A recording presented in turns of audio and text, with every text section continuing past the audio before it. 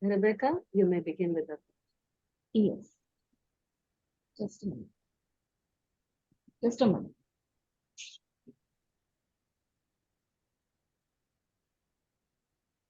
In the name of the Father, and of the Son, and of the Holy Spirit. Am I audible? Yeah.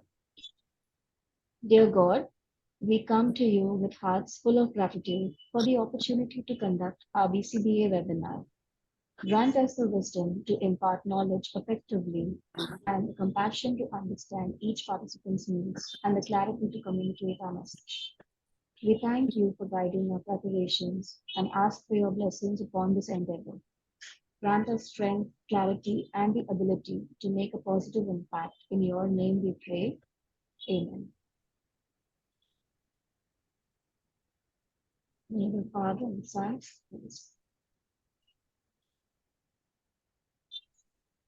Thank you for the word of prayer, Rebecca. Let me share my screen.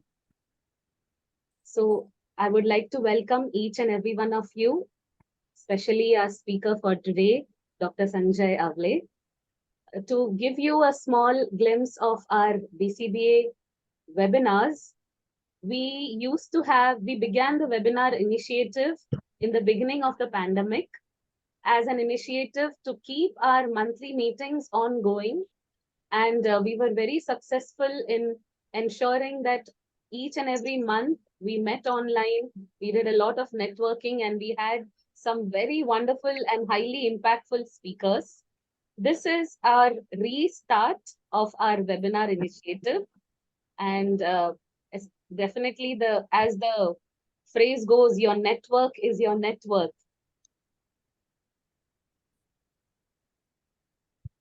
What we offer through the webinars is training programs, informative webinars, and BCBA also has monthly meetings that happen on the second Friday of every month, where business people, as part of the Bassein Christian community, showcase their businesses. We have stalls and we also have business presentation opportunities. There, we also partake in industry events and conferences. So we have over 400 members spread across Vasai and Virar. The monthly webinars for the businesses is to bring together like-minded businessmen. We have had 21 webinars on amazing topics from uh, the relevant questions about the lockdown, the challenges during the lockdown. And we also had Mr. Clevers Toscano all the way from Estonia who took us throughout the entire city. And we had a very good glimpse of what it is to be a businessman abroad. And we also had our speaker for today, Dr. Sanjay Awale, who was one of our initial speakers during the initiative of the webinars. We are very happy to welcome him back.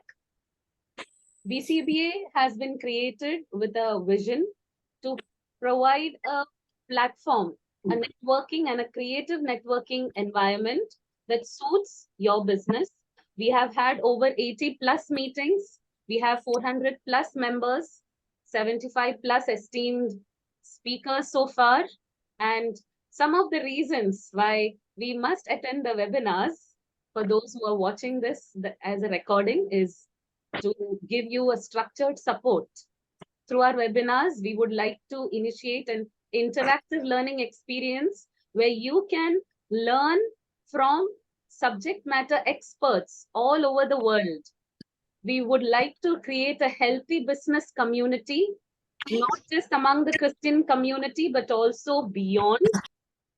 We would like to enhance your valuable business contacts through the webinars and by networking online, benefit your business, access to recorded content. We will be uploading our webinars on the BCBA YouTube channel. We have our esteemed speakers who are subject matter experts and can provide valuable insight into your business so that you can stay informed on the industry trends and you can make best and informative decision for your business. The speaker's role is to engage our audience, to provide valuable content. In the coming days, we will also be having participation certificates given to all the active participants of our webinar, and also the speaker gets to showcase their expertise. Uh, we give them visibility and exposure, enhance brand building, networking opportunities, and lead generation as part of our BCBA platform. Here are some of the testimonies from our prominent and active members from different business backgrounds, where they talk about how the BCBA platform has helped them enhance their business and grow as a business person. So that's about our BCBA. Now I would like to welcome our speaker for today. And before I give over the stage to him, I would like to introduce our speaker for today, Dr. Sanjay Awale. Sanjay has over 30 years of career experience in consulting, sales, distribution, strategy, and planning, and learning and development. Some of the positions he held include VP, Head of Training in Birla Sun Life. He was Head of Distribution Training and Development with Tata AIG and Regional Training Manager with Coca-Cola. In his stint with corporates, Sanjay has credits for his contributions in learning and development, both at strategic and tactical level. He's a skilled facilitator working across seniority levels and group compositions. He has worked on various assignments that include developing business, developing blueprints, leadership development, setting up academics for functions, and enhancing customer centricity and CSAT scores of customer-facing functions and leadership transitions. Some of the organizations Mr. Sanjay Awale has consulted and trained for include AIG, JP Morgan, Merrill Lynch, PwC, Ernst & Young, Deloitte, DHL, ECU, Worldwide, Tata AIG, Nomura, Max Bupa, L&T Finance, Bajaj FinServ, CRISIL, and many more. It's a really long list, and it really goes on. He has facilitated multiple programs in Singapore, Hong Kong, Thailand, Middle East, South Africa for a diverse audience. So we are very happy that you are here today. And to mention his educational accomplishments, he has completed his bachelor's in industrial engineering and also has a master's in business administration from Pune. Once again, I would like to welcome you, sir, to this to Bassein Christian Business Association's 22nd webinar, and over to you. Thank you very much. If you can give me the screen share, I think that will help me. Yeah. Yes, sir. Give it. Thank you. So it indeed is a privilege to come and be a part of the audience again today.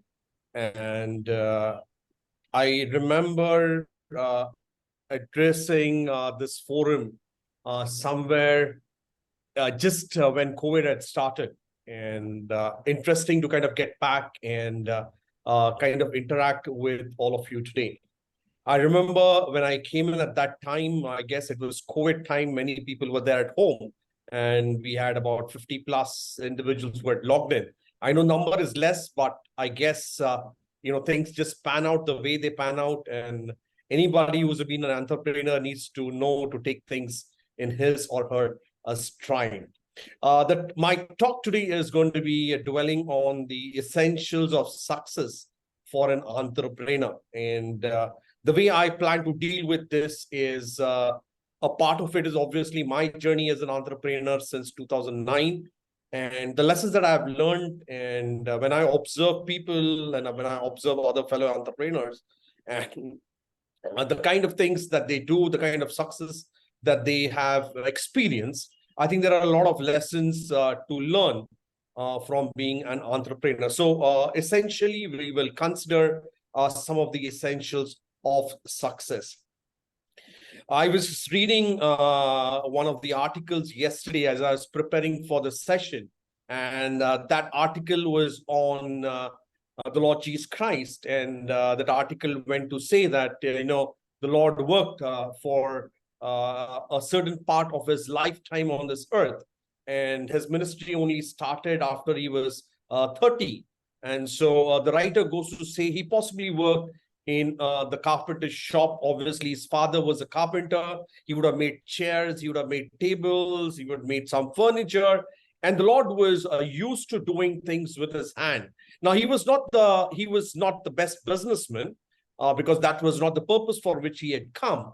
But he did work with his hands, and that just kind of brings a very important point that we have a responsibility to put in our effort and do the best that we can in the context that we can. Now, that's, I think, a good starting point. Now, as you were having the conversations as we logged in, there's somebody who is working in the ply industry, and you mentioned about adhesives. Adhesives has been a business that's been close to my heart. I worked in Loctite Corporation, that was engineering adhesive firm. We also did have super glue, which was the counterpart of Fevikwik. I mean, that's a pretty interesting business. Then I like the cake shop, some interesting cakes out there. And also somebody who doing the retirement planning. I think that's pretty interesting because people really kind of get lost in terms of what to do after retirement. And even in today's world, the context is people are forced to retire. They don't plan to retire, but they are forced to retire. And again, I think that's an interesting business to be in. Now, whatever business that you are. Sorry to interrupt. I have a request. Can you turn off the presenter view and only use the slideshow, sir?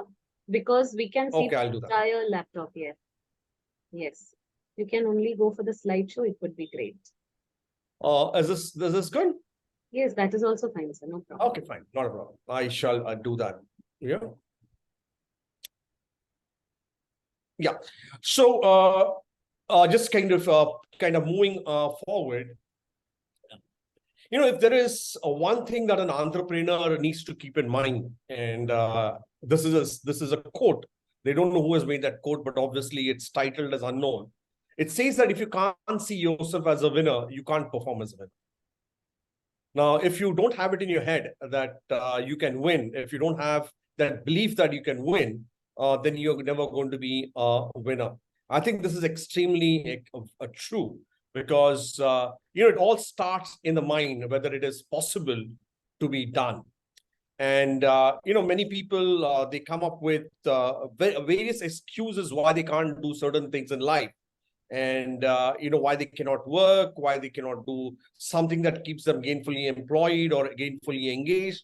And it all boils down to something which is known as an attitude. So if you don't have the attitude that you can do it, if you don't have an attitude where you see yourself as a winner, you will not be able to perform as a winner. So it's all starts in the mind. Now, I'm sure you would have seen this picture, sometime in your life. It's a very interesting picture. It shows about a fish, that is jumping in from the small, I would say, container of water into the large container of water. Means different things. When you take a look at it, it might mean to say, okay, fine, this fish is an entrepreneur is jumping in from the small pond to a large pond. The world is my marketplace. Somebody might say that this is somebody who's looking at an opportunity. And that's the way you can look at it. Somebody might say this is a very, very courageous fish. This is a very, very confident fish, because when you jump, you do not know whether you're going to land into the second container of the water. When you jump, you need to land out somewhere. And I'm sure all of us know that a fish cannot survive in air. It has to survive in water. So different ways of looking at it. But I think that's the kind of confidence that a winner has when the winner makes a leap or makes a jump. Now, Zig Ziglar, he talks about conquering, right? And to be a successful entrepreneur, it's all about conquering. And we will talk about that acronym that comes from the spelling conquer as we move ahead. Now, what is this really all about? Now, the winner, he or she leaps on the mountains that might be the obstacles with the intent of winning, with the intent of an outcome which is a positive outcome. Now, what essentially can go inside the head? One of the things that can go inside the head is we call it as fear. Now, there is a full form of this acronym called fear. It is known as fantasized experience appearing real. Now, what is a fantasized experience? That experience could be a negative experience. That experience could be 10 reasons of why one cannot do things. And a winner figures out a way to really jump over that fantasized experience, which is appearing real, and actually this individual conquers that experience and actually turns out to be a winner. Now, as an entrepreneur, one of the things I'm sure all of you would agree, life is not very picture perfect. There are few who do large businesses. There are few who do small businesses. There are few who actually, what they do is from working for an organization, they start working for themselves. And they say that is an entrepreneur. There are few who move a step forward. They have a group of people working for them and they get the work done from them. So there are different levels at which you can possibly look at what an entrepreneur is really all about. Now, irrespective of the kind or the category of entrepreneur that you are, whether it is big business, small business, whether you're doing it all by yourself or you have a team, there is one mountain that really needs to be conquered. And that mountain is the mountain of fear. Fantasized experience appearing real. There are 10 reasons why things will not work. There are 10 reasons why things will not work. I have a colleague of mine, and he's a hardcore salesperson. And what he does is, we run this business as a partnership. And we have an office in India. We have an office in Singapore. And, he's the guy who's supposed to knock doors. I'm not good at knocking doors. He's the guy who's good at knocking doors. So what do you mean by knocking doors? He goes and he'll kind of reach out to people. He will set up meetings. He will go and meet up with people. He'll follow up with them. He'll network with them. He will do all kinds of things that are necessary to engage with people. Because in our business, in the business that I run, rather the business that we run, we have to engage with people. Now, here is the difference. I will call somebody 3 times, 4 times, and after that, I'll give up. But my colleague, he might call somebody 20 times and not give up. And the question is, why do I give up after 4 calls? And the only answer that is out there is, look, I'm not a hardcore sales guy, but I'm a farmer. You give me a relationship and I can definitely maintain it. But yes, is there a fantasized experience in my head of calling people multiple number of times? Absolutely, it is there. I've been trying to get over it, but I think that's a great example of, at times we have certain notions, at times we have certain things that we think the way they are. And this is what really kind of keeps us back, or this is something that holds us back. Now, the biggest obstacle for any entrepreneur is the entrepreneur himself or herself. The biggest obstacle. It's all in the head. If you cannot envisage it, you cannot move forward. If you cannot envisage it, you cannot move forward. Now, in the scriptures, you have the story of Abraham. And I'm sure all of you are very familiar with that story of Abraham, when God gets him out and he says, get out of the Ur of Chaldees and I'm going to take you to a land. And Abraham does not know anything about where he's been taken to. He's about 75 years old. God says, I'm going to kind of bless your progeny. You're going to have a son. Abraham is moved out of Ur of Chaldees. He's moving. He's staying in tents. God has promised him a son. And, he is just holding on to the promise that God has given to him. And as he moves, he's in his 90s. His wife says, hey, look, you need a solution. So this is a solution. And he has a son through Hagar, but that was not the promised son. At 99, God again reaffirms his promise to him. And Abraham holds on to the promise. And the scriptures is very clear, which says that, it was faith that moved him forward because he saw what he did not see. He believed in a God who told him what was to come about. Now, if he had not believed in God, he could have been up to different kind of things. So maybe that's an interesting character that you might just want to go and relook at from the book of Genesis. And for those of you who like, reading only short portions, maybe you can go to Hebrews 11. I think that's a good portion from which you can actually look into the life of Abraham. Your biggest obstacle is you. Now, in olden times, you had a lot of conquering that was taking place. You had a lot of conquering that was taking place. Now, if you go to the dictionary, English dictionary, and you go to the word conquer, so what are some of the things that you can possibly get? One thing you can get is conquered the enemy. What does that mean? So somebody is not from your side, you go and conquer. And, there's a way of conquering. And history tells us a lot of, history gives us a lot of examples. Conquered the mountain. And for the two gentlemen who conquered Everest, Edmund Hillary and Tenzing. These are the individuals who conquered Mount Everest. And their names are there, they are recognized to have conquered the highest point that is there on the earth, conquered the territory, territorial warfare. And you also have something which the dictionary also says conquered fear. And I've given you that acronym of fear, which is fantasized experience appearing real. So what I want to quickly do is really move on with what does it take to conquer? What is an entrepreneurial spirit? When you're talking about the essentials of success for an entrepreneur. So what are those things? What is that entrepreneurial spirit? What does it really take to conquer? So this acronym actually stands for the first alphabet of, the alphabets of the word conquer, which are involved, which are included in the word conquer. So you have courage, you have one focus, you have never give up attitude, you have a quick start, an unconditional commitment, energy, excitement, enthusiasm, every day, doing it every day, and the ability to really rough it out, So I'll quickly take you through some of these elements. I think these are pretty interesting elements.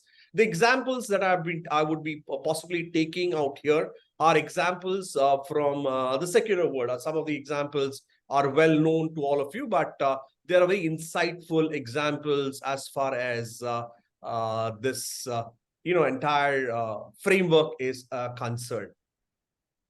Now, there was this boxer whose name was Muhammad Ali, and he was originally known as Clausius Clay. He was a Baptist who converted, and he decided to follow a different faith. Now, he was a world-renowned boxer, and his records are there for reference. You can just type his name in Wikipedia, and you can go and find out the different records that he held. So he fought with different boxers. He fought with Fraser. First boxing match with Fraser was won by Fraser. The second boxing match was won by Ali. The third boxing match was won by Ali. I believe that, when he defeated Fraser is when he got a chance to compete with the world heavyweight champion Foreman. Interesting enough, Foreman, after he left boxing, became a minister. So he's still alive. He's about 74 years old. Google for him and you'll get this gentleman. His name is George Foreman. Now, what did Muhammad Ali say? He says that he who is not courageous to take enough risk in life will accomplish nothing. Interesting statement. If you're not courageous to take enough risk in life, you're going to be accomplishing nothing. Now, what are the risks that we are talking about? Are we talking about risks that means breaking the law? No, that's not something that you're talking about. We're talking about the risk to really kind of take that leap of faith to do certain things that you may not have done before, to get into the zone of discomfort, to get into that zone of discomfort, because you do not know what you can do unless you get into the zone of discomfort. Very, very important for an entrepreneur to be courageous. Courage takes you miles ahead. Fear takes you miles behind. Now, if you really want to be successful as an entrepreneur, you definitely need to be courageous. You know, in my experience as an entrepreneur, we have taken projects, and I would say it's been God's grace that there are certain projects which people really, they actually punted on us, saying that we would be able to pull it out and pull it off, and we were able to deliver. Now, there were two ways of looking at it. One is we could have said we have never done it, and so we don't do it. The second way of saying or looking at it was, hey, look, while we have not done it, but I think we have relevant experience, or we have relevant expertise that is needed to do it, and we can do it. You need to be courageous as an entrepreneur. You need to be able to take risk, and you need to be able to pull those risks through. Now, are you going to get 100% success ratio? The answer is no.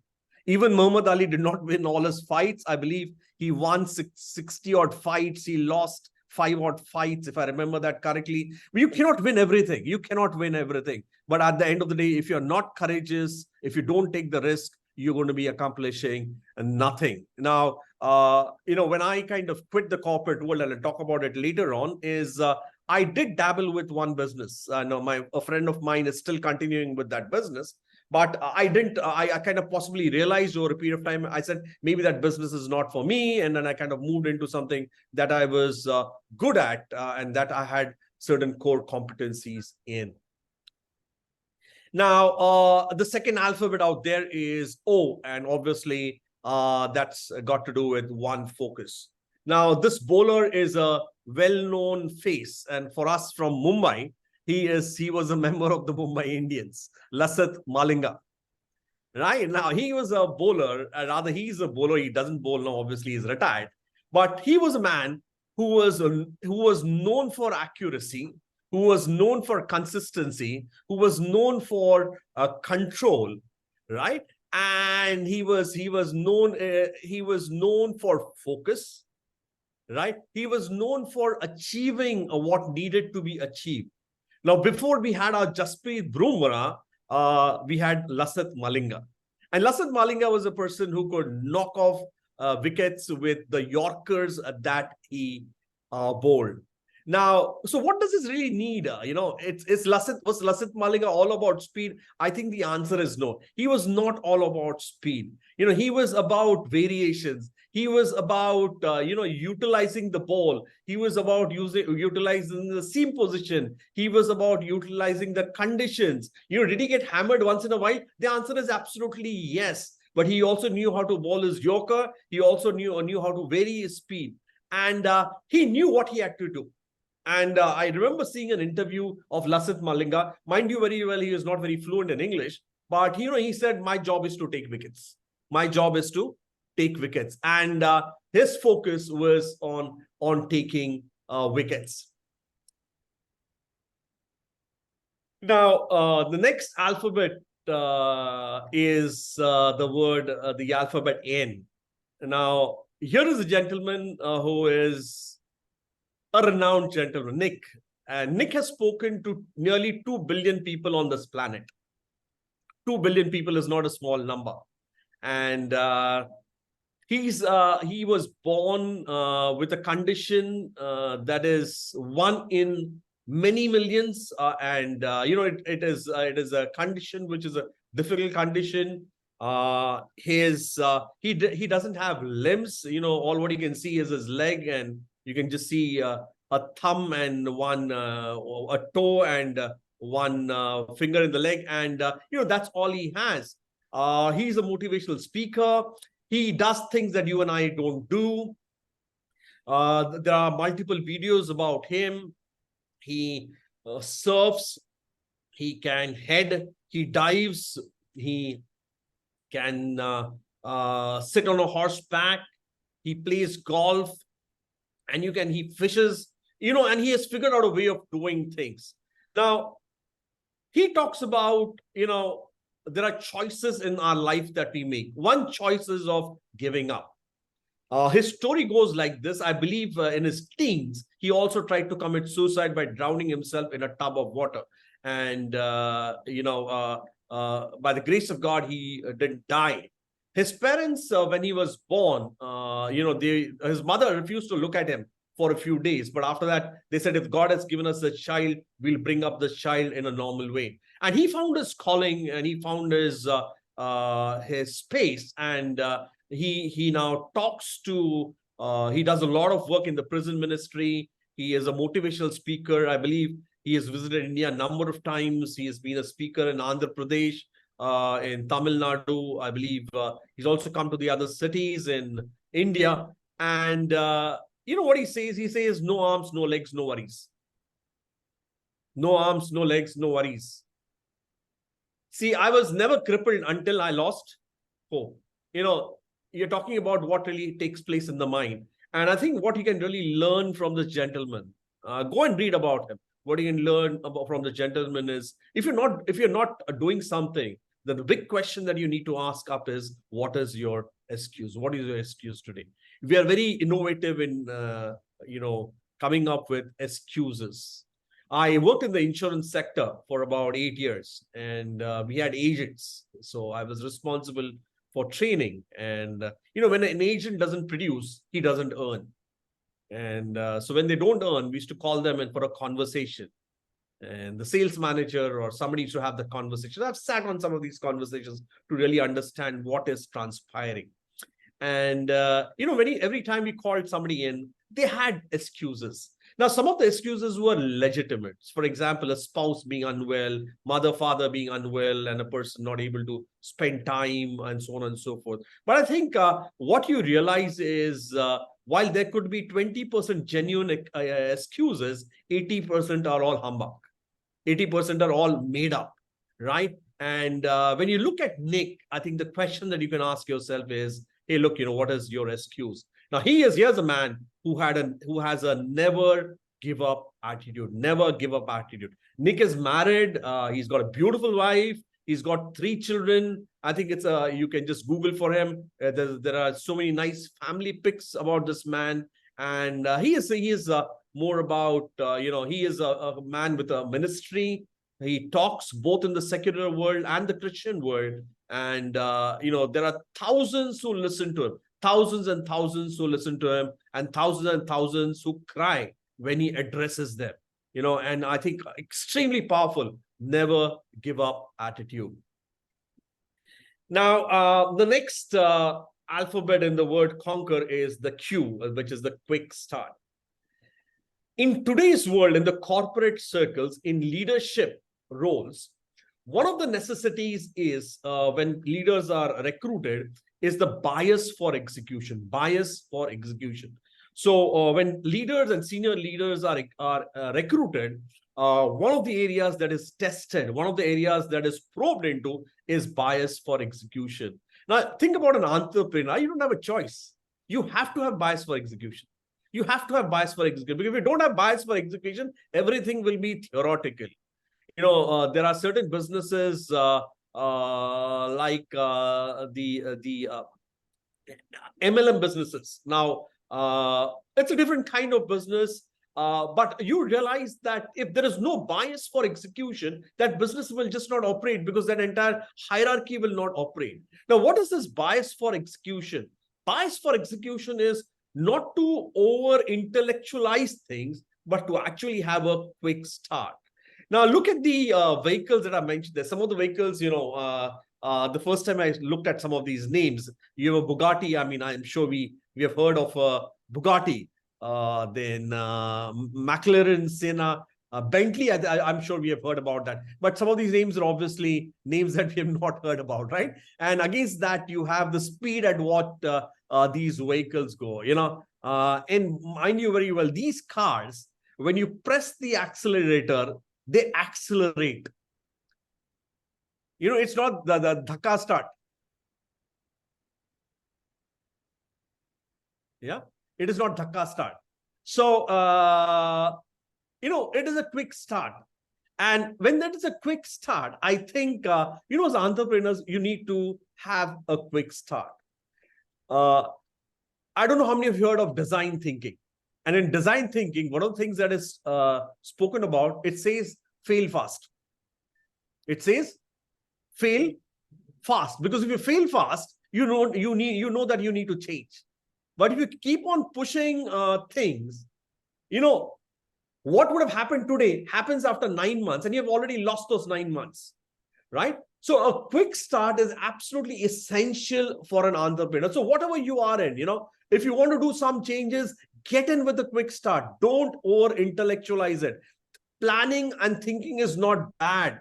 But as an entrepreneur, your limits to which you can plan and think, you need to be conscious about it, and you need to be realistic about it. You need to kind of get started, because the moment you kind of get into that loop of overthinking, it works on your mind. When it works on your mind, you start thinking about the negative, what can go wrong. The more you think about what can go wrong, you definitely start thinking that it will go wrong. I'm sure all of you have bought a vehicle in your lifetime. I mean, so far, it could either be a two-wheeler or a four-wheeler. Very interesting is the fact that when you buy a vehicle, or when you decide to buy a particular vehicle and you go on the road, all you see is those vehicles on the road. So, for example, if you decide that you want to be buying, let's say, an XUV, right? An XUV 700. And you have made up your mind, you have gone and made the initial payment, and then you are driving on the road in some other vehicle. All of a sudden on the road, all the XUV 700s come in front of you. And that's the reality, right? Now, why does that really happen? That happens because it's in your mind. Now, here is the insight. If you're not a quick starter, if you do not have a quick start, you can possibly get stuck. And that's something that an entrepreneur definitely needs to keep in mind. The next alphabet in that word conquer is the alphabet U.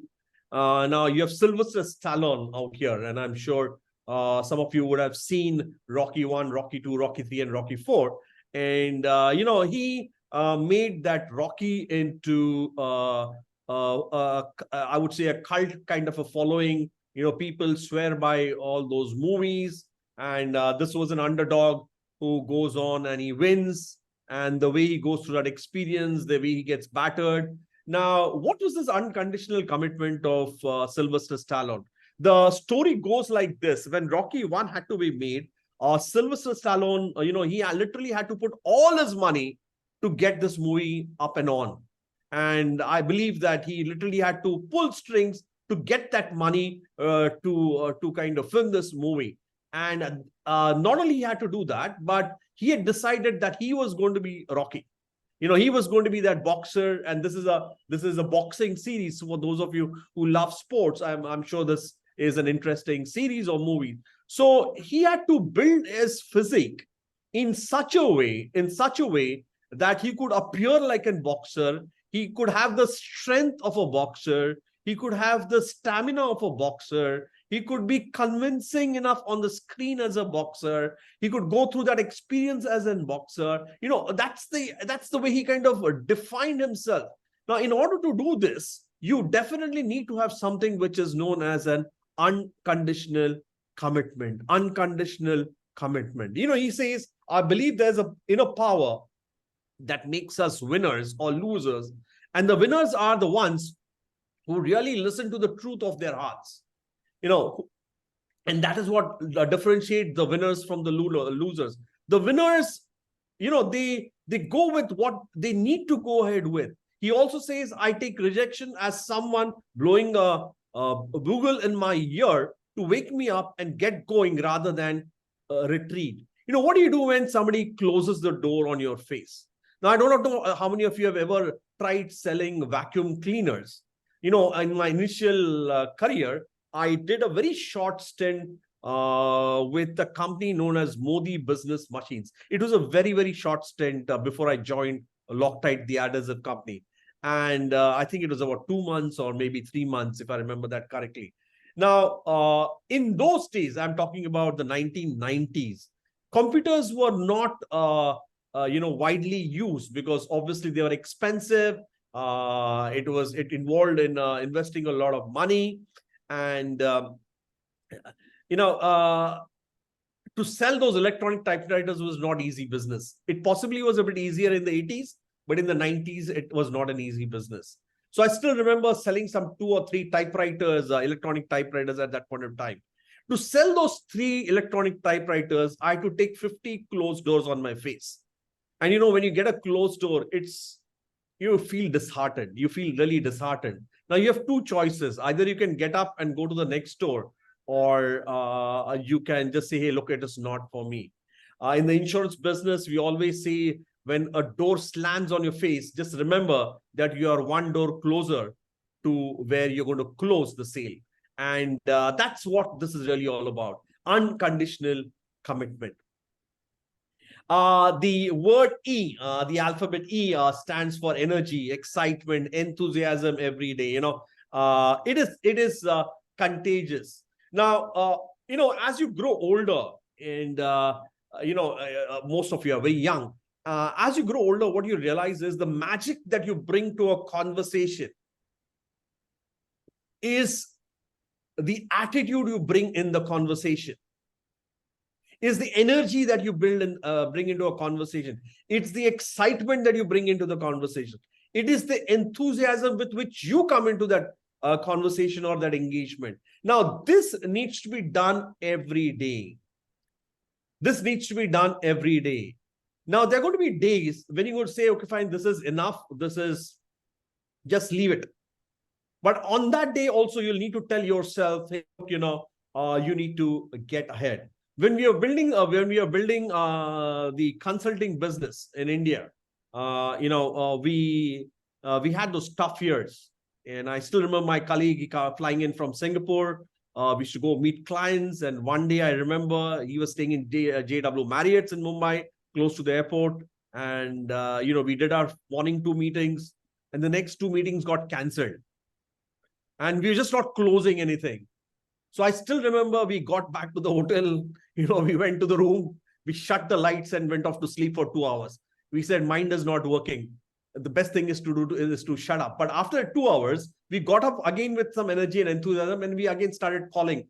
And we did fix up appointments, confirmed appointments. Those appointments that got cancelled for the day were fixed in for the next day. Now, remember, if you don't do your work with energy, if you don't do your work with enthusiasm, if you don't do your work with excitement, you're not going to get it right.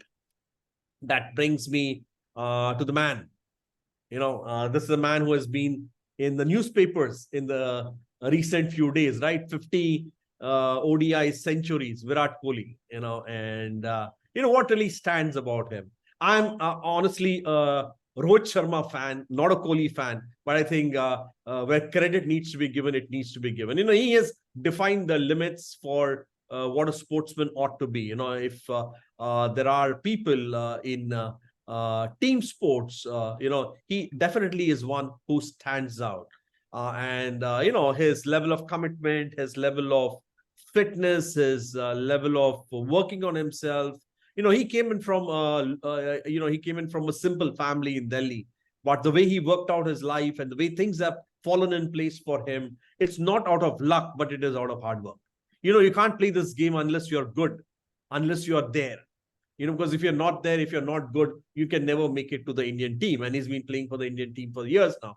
And, there have been ups and downs in this man's career. We do not know whether he's going to beat Sachin Tendulkar's record. For Sachin Tendulkar fans, we definitely hope that the Tendulkar record stays. But even if he beats that record, the first man to establish that record is going to be Tendulkar. But Kohli stands out. And, when you look at him in the field, look at him in what he does, extremely passionate, willing to go through the grind. And he also expects others to go through the grind. Tomorrow we'll know how things pan out for us, whether we're going to win that World Cup again after 10 plus years. So self-belief and hard work will always yield you success. Never give up. Today is hard. Tomorrow will be worse. But the day after tomorrow will be sunshine. Now, very quickly, I'll just share with you my journey of being an entrepreneur, and I hope that gives you a sense of where I'm coming from. So, I was introduced, and a bit of my background was given, and so I did have a great early life. In fact, I was in Pune till yesterday, helping my parents. They're shifting to Bangalore, and when you empty the house and you start packing stuff, you get a lot of old documents. And so I got the agreement that my father had made for the flat. He eventually bought. And yeah, I said, and that agreement was for 285 rupees. So then I asked my dad, I said, how much was your salary in 1970? He said 600 rupees. I said, you really spent 280 rupees on rent? He said, yes. And I said, what is the reason? He said, the place was close to college. My dad's a professor. Rather, he was a professor. And he says the place was also close to a school. And so he ensured that we had the best of childhood, whatever he could, parents could do to the best of their ability. Both mom and dad did it. And I wouldn't say that things were tough. There were a few struggles, but looking at others, when you compare the life of others and when you compare the struggles of others, the struggle at my end was much, much lower. All was going well. I started off with working for an engineering company, was in the field of hydraulics, then joined a company which was known as ITW Signode. They were into engineering epoxies and sealants. Then moved on into Loctite, which is engineering adhesives. One of the organizations which is a leading organization in engineering adhesives. I worked for Fortune 500 companies. Now, nothing out of my intelligence, but I did get an opportunity. So I worked with ITW Signode, which is a Fortune 500. I worked with Loctite, which is a Fortune 500. Coca-Cola definitely was a Fortune 500. AIG was definitely a Fortune 500. And even Sun Life was a Fortune 500. So I did get an opportunity to work with Fortune 500 companies. And from a seniority level at age 39, what was the highest in the functional level was something that was achieved. Now, when things strike you, they can strike you real bad. So what had happened was when I was about 39, 39, 40, I took a call to shift from AIG to another company, and that was my next company. Now, when you change companies at senior levels, there are only two ways forward. Either things are going to work for you or things are not going to work for you. At senior level, you don't have option number 3 of, be as a passenger. So either you're there or you're not there. So the organization that I joined, things changed at the leadership level. And so the person that I was reporting into did not want me in the first place, but he was compelled to take me because the CEO said that this is the right person. So the moment the CEO resigned, and as things would have it, I joined, and within 40 days, the CEO resigned, and for different reasons. And he decided to kind of move forward in his career. So obviously, my boss, who was the person who did not want me, he started hounding me. And I had to then take a call. And that call was largely, what do I really do? Now, one of the things which I realized by that point of time, I said, look, you either need to shift your company, or you need to do something which is going to be different. Now, if you shift your company, you're going to go and work in an organization. Again, the organizational politics, things can work, things cannot work. Those things can typically pan out for you. So I kind of decided that either I was going to conquer or I was going to be conquered. And so that was a thought process that I had. Now, mind you very well, when I quit my job at 41, I really did not know what I was going to do. I really did not know what I was going to do. But I knew one thing, that what was going to happen, the choice was going to be mine. So I had, again, I could have cribbed or I could have moved on. Cribbing is a very easy way of handling things. You can keep on blaming your bad boss. That's going to make no difference. You only are consoling yourself. You're only saying that, hey, look, my boss was bad, and that's the reason my career kind of drifted, or so on and so forth. But I was very clear that I had to move on. Maybe this was an opportunity for me to really kind of set up something on my own. So it was either to give or build up, crib or move on, conquer or defeat. So here are some of the things that I did in terms of that transition, and something that really kind of put me on focus. Now, to be very honest, I did tell you that, hey, look, when I started off, I really did not know what it was going to be. I thought it was going to be easy, but I'll tell you one thing, that the moment I quit my position in the corporate, and then I approached other colleagues whom I knew very well. I mean, people at my level whom I knew very well from other organizations, thinking that they're going to support me in building a business or something. They were the last people who entertained me. Now, the other thing that I realized was, many times you feel that if you know senior people, life will be easy. Now, between me and my colleague, we sat one day and we said, okay, let's count how many number of CEOs that we know, people who are handling large organizations. And I'm talking of real big organizations.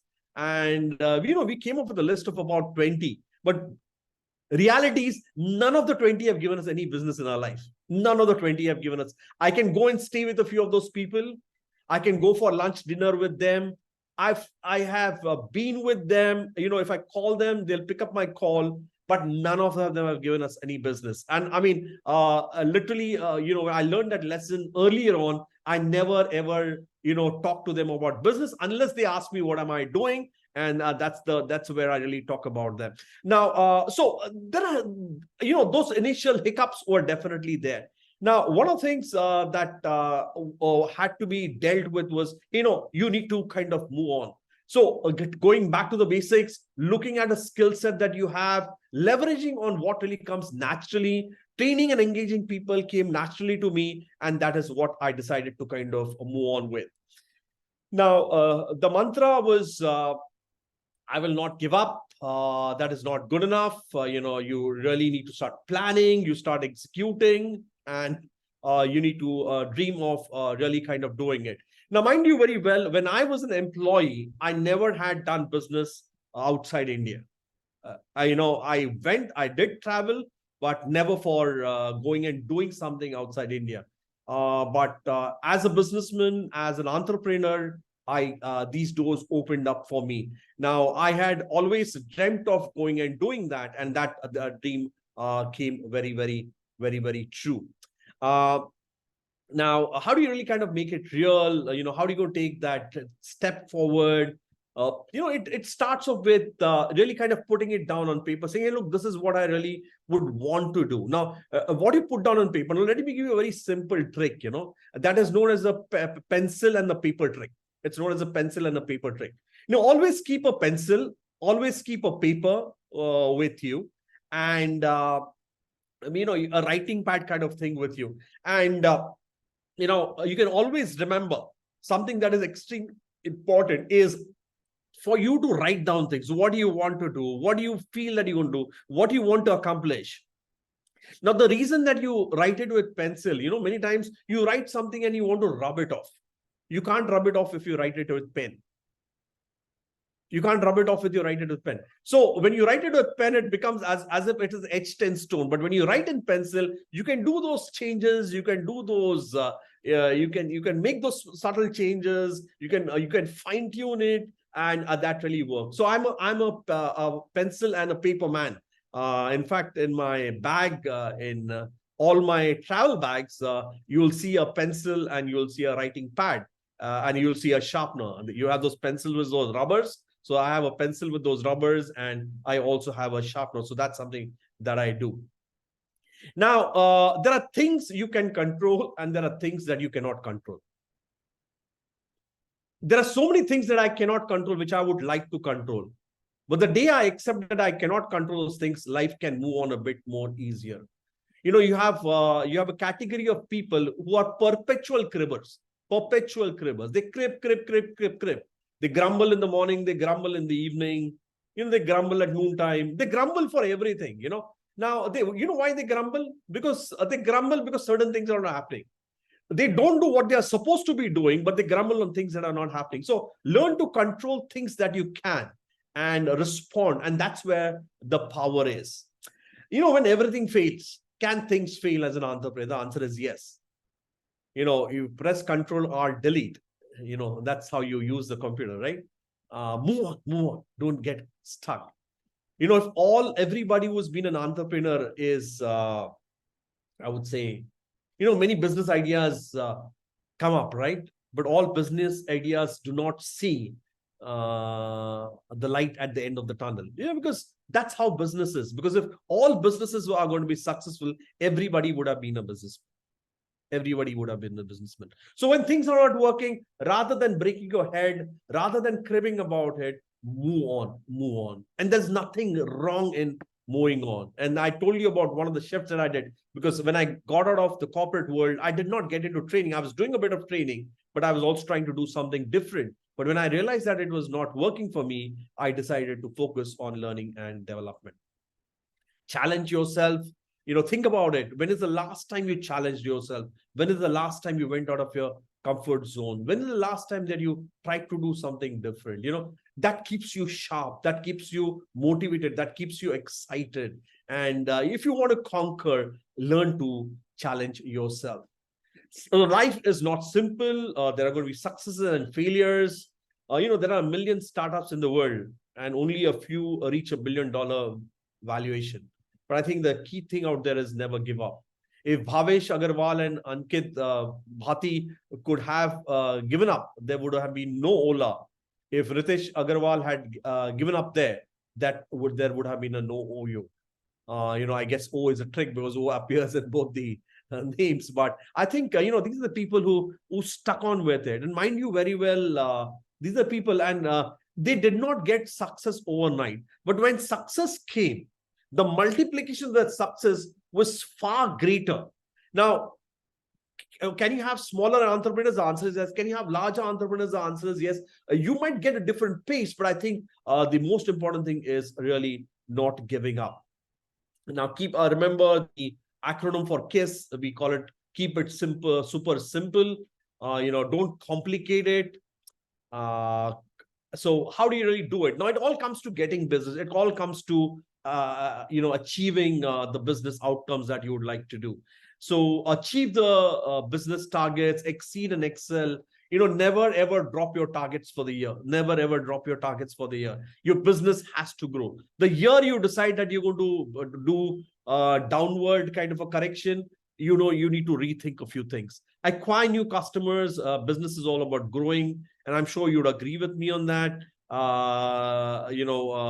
The cake shop, I'm sure, in the cake shop, it's about really getting those customers again and again for all their occasions, and you want to engage with them for all their occasions. You become the first cake shop of choice, and not only for them, but you also become the first cake shop of choice for their friends if they need to send cakes. These are different things and different strategies that you typically adopt. Now, different businesses, different strategies, and you need to be acquiring new customers, beat the competition, and move towards being number one. So just a quick sum up of that: courage, one focus, never give up attitude, quick start, unconditional commitment. Remember, energy, excitement, enthusiasm every day. Rough it out. If you do that, I'm sure you're going to be excelling in your journey as an entrepreneur. Years, at times, certain years go well for us. At times, certain quarters go well for us. It happens. But an entrepreneur is somebody who sticks it on, who kind of puts his head down and really gives it everything that he or she has. And that is what makes an entrepreneur. That's what really makes this as excitement. That really what makes this really interesting as a journey. So I'd all say thank you for having me. It is nice addressing you. And as you think through for 2024, you are going to be stepping in the month of December, putting your business plans together. I know in India, we do the planning from April to March, but I think it's a good time to really kind of build up to thinking about what are some of the things that you can typically do, or what are some of the things that you would like to do. And I wish you all the best, and God bless all of you. God bless this forum, which is really looking forward to really engage with the entrepreneurs, the businessmen, and the Christian community, and also influence those who are outside the Christian community. Because one of the things that we are definitely called to do is we are called to be the salt and we're called to have that influence of salt, and we also called to have that influence of the light. And I think that's what high calling is really all about. So thank you very much for giving me this opportunity to kind of have this short chat with you. I hope this chat helped you, and all the best, and God bless. Thank you so much. There's only one word I can say, and that is wow at the end of the talk. And there's no one better I could invite to thank the speaker, appropriate with just now what Mr. Sanjay Awale has shared, is our dear and active member, Maria Pontus. Over to you, Maria. Betsy, do we take the questions now, or we take them later if there are any? Yes. So does anyone have any questions to ask the speaker? They can unmute and Yes. ask. You can unmute let's take yourself some and questions. ask. You can even post it in the chat box. The next 5 minutes, we'll take up any questions.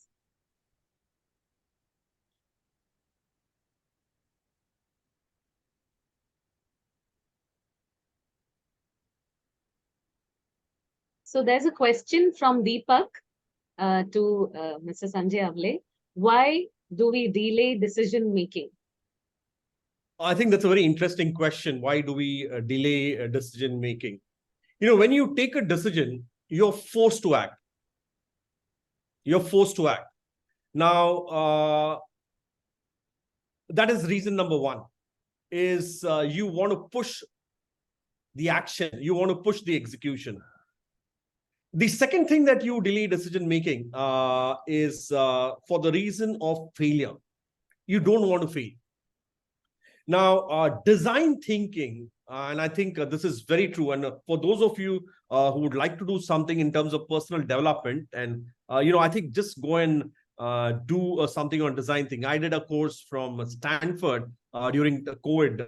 Just before COVID, I'd invested some money in trying to do this. But you have different other organizations in India who do design thinking. Now, one of the principles is in design thinking is fail fast. Fail fast. So don't push the decision making. It's really up to you. Set a time and set a deadline saying that, hey, look, I need to take this decision. This is a deadline and I will decide. No, I know that that decision can be right or it can be wrong, but I'm open to facing the consequences and the fallout of that. But just decide to really move ahead. I think Sir, even though we feel that this has to be done and this is good for our business, but still we delay those actions. So what are the reasons why we delay actions? Okay, let me just put it in a, let me give you an example. Now, I live in Mumbai and I live in Powai. And, when we picked up this flat in Lake Homes in 2004, this apartment and society has got a clubhouse, it's got a swimming pool, and so on and so forth. When I moved in, I had made up my mind to learn swimming. Okay, and the story is like this, that I've still not learned swimming. Are you getting that? The pool is there. The facility is there. I don't have to pay a dime. I really don't have to pay a dime. There are coaches there every summer. But I have not learned swimming. And who's responsible for that? I'm responsible for that. Now, there are reasons why we don't do certain things. And even it's very true in terms of decision making, It is because we don't take that step forward. And why we don't take that step forward? We think that, okay, fine, let me push it. We do the risk and the return. For those of you who work in the financial sector, we say high risk, high return, low risk, low return, moderate risk, moderate return, retirement planning, right? Reinventing retirement, right? And you typically, when you tell, when you advise those who are taking retirement, you always say, no, you need to ensure that your portfolio is well balanced and so on and so forth. Now, the reason you do that because it's the best way to actually handle it. But do you know that some people don't plan for their retirement even till the age of 60? Yes. Do they need to plan? The answer is yes. Why don't they do it? Because they feel life will continue. Now, put a date when you need to take a decision by and stick to that date. Now, are you going to get it right every time? I think the answer is no. It will be foolish to really assume that. But if you start the process of putting a deadline and taking a decision, it's okay to fail. It's okay to fail, but you will not know what you can do unless you try. And so I think that's something that you can definitely keep in mind. It's all in the mind. You need to move forward as far as decision making is concerned. Now, on the corporate side, when I was working for AIG, I was handling a budget of about 100 crores for learning and development. 100 crores is a big amount of money as far as any business is concerned, right? And there are certain big decisions that had to be taken. Now, when you're working in a corporate, obviously you need to deliver onto certain timelines. So decision making was, within a structure, it had to be done. There's a large organization, and different departments are really dependent on you. But when you're an entrepreneur, here's the fun. For some of you, you're running businesses with people, right? So that's great. You need to realize that people depend on you for the decisions that you take. For some of you, you are running a business with more number of people. For some of you, you are running business with less number of people. Now, please remember that if you don't take those crucial decisions, you're not only impacting yourself, but you're also impacting others.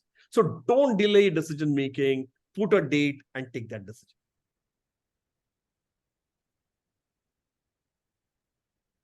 Thank you so much for that response. I think so many questions were answered in that one compact and very detailed answer. Yes. So anything else anyone wants to ask or share? Maybe after Maria. Maria, over to you. Okay, thank you. So I think, Sanjay, it was indeed a very good evening for us, at least for me, and I'm sure to a lot of our participants today. The word conquer, you gave it a truly different meaning today. We hear so much about conquering ourselves, for our business, for our families. But whether I'm an entrepreneur here or as an office goer, and I'm sure those of us who have children will have this word conquer really grilled into our heart's mind with the way you have spelled it out in terms of courage, one focus, never giving up attitude, quick start, unconditional commitment, energy, excitement, enthusiasm every day. Oh my, yes. And rough it out. Yes, these are so valid for whatever level of life we are in. Even if we are retired, I mean, yes, entrepreneurs don't retire, but it's a cross spectrum of whatever age we are in.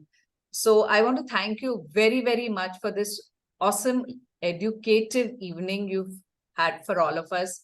And once again, you being here part of our, learning and development after the last session that you did for BCBA, and having you over again today was indeed a blessing for each one of us. Thank you very much.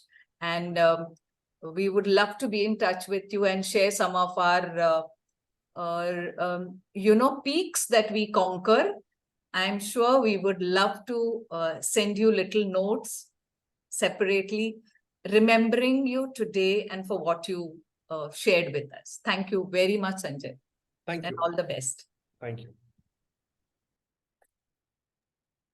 Thank you very much, Maria.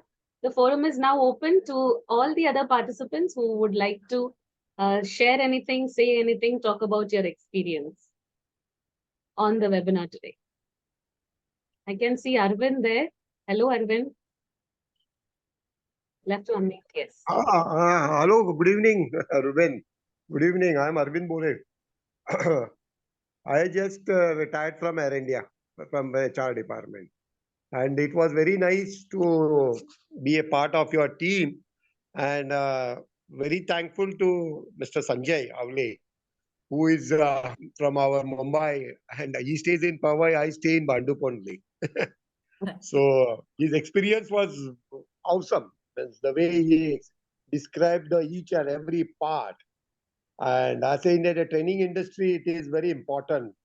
But the way he has delivered, it was awesome. I really congrats and have regards for Sanjay. Mr. Sanjay, I am very thankful to you, Sanjay sir. Thank you. आपका आभारी आहे Sanjay sir me. Dhanyawad. Yes. I can also see someone logged in from Samsung SM. So would you like to see? Would you like to speak something? Can you unmute yourself? Marie, I don't know his name. Sir, तुम्ही बोलू शकता? Unmute करून.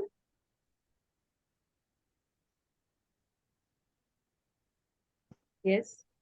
We have, meanwhile, we have Clevers here who has joined us all the way from Estonia. Welcome, Clevers. Thank you for joining us. Thank you very much, Christy, and thank you, Sanjay sir, for such a wonderful webinar. I'm sorry I couldn't been here because today I have kids to take care of as it's a weekend. But being a weekend, it was really refreshing to go through some basics and also some nitty-gritties of entrepreneurships, things to keep in our mind, and especially when things get going, like especially things are sometimes very difficult, as we say, when it gets tough gets going, but then it's very important to remember what is the true mission and the vision with which we started, and this is what we learned today. So thank you very much for this valuable webinar, Sanjay sir, and it would be worthwhile for us to connect and explore some more opportunities if we also could arrange some of these webinars here for some of our customers here in Europe as well. So Bestie, you could help us connect later. Absolutely. Thank you very much. Sure. Thank you very much. That would be my pleasure to connect you. And we have Christine. Christine, would you like to speak? She has left a note on the chat. Yes. Hi, I'm sorry I cannot put on my camera because I'm busy doing something.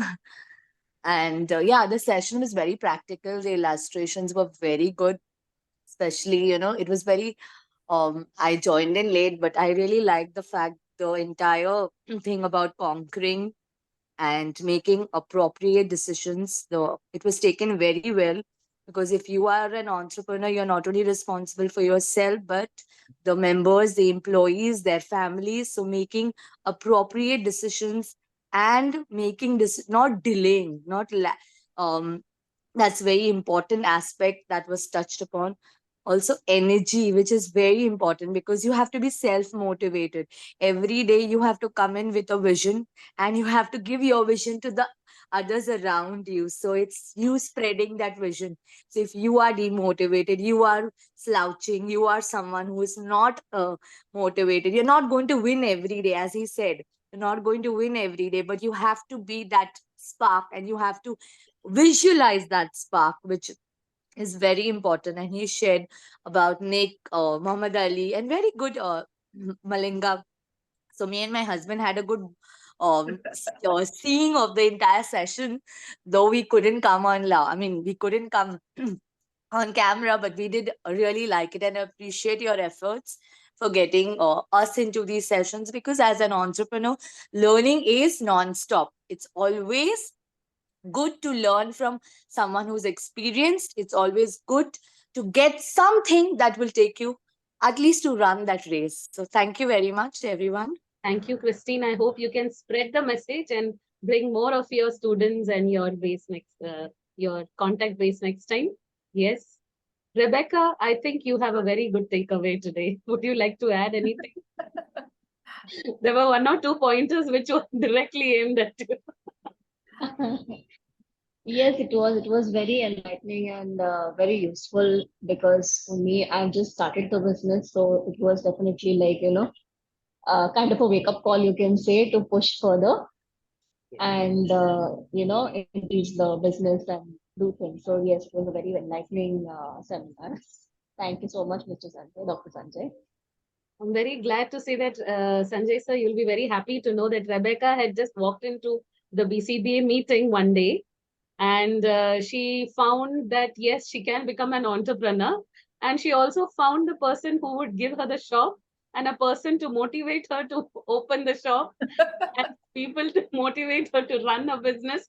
And now I'm very happy to say that she has been helping many other women to not only join the platform, but also to start their own businesses and be successful. So that is Thank you. it's happening. Thank Sir, you. yeah, sir, तुम्ही काही बोलणार? Unmute करून. I wanted to unmute you. I don't know your name, sir. Your name is not visible.